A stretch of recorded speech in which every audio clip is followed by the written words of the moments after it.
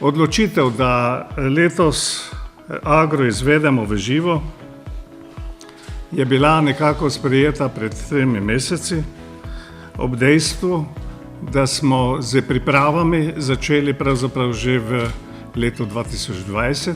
Predvsem je pomembno za nas, da so na sejmu prisotni slovenski proizvajalci kmetijske in še posebej gozdarske tehnike in da so prisotne inštitucije.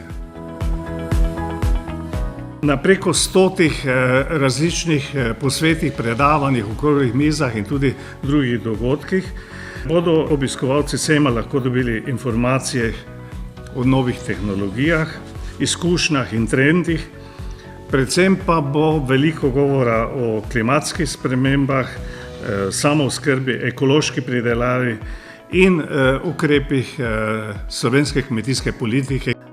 V gozdno-parkovnem nasadu bo veleposlanica Francije, ki je letos dežela partner, posadila hrast. Poleg tradicionalnih nasadov, tako šole Rakičan kot tudi biodinamičnega vrta in draguljev narave, je letos prvič predstavljen vzorčni čebeljak z nasadom medovitih rastlin. Naredili bomo vse, da bo varna tako za razstavljavce kot obiskovalce. Poskrbeli smo tudi skupaj z Zdravstvenim domom Gornja Radgona za testiranje. Letos bo 59. mednarodni kmetijsko-živilski sejem Agra potekal med 21. in 26.8. Sejem Agra bo torej tokrat v živo.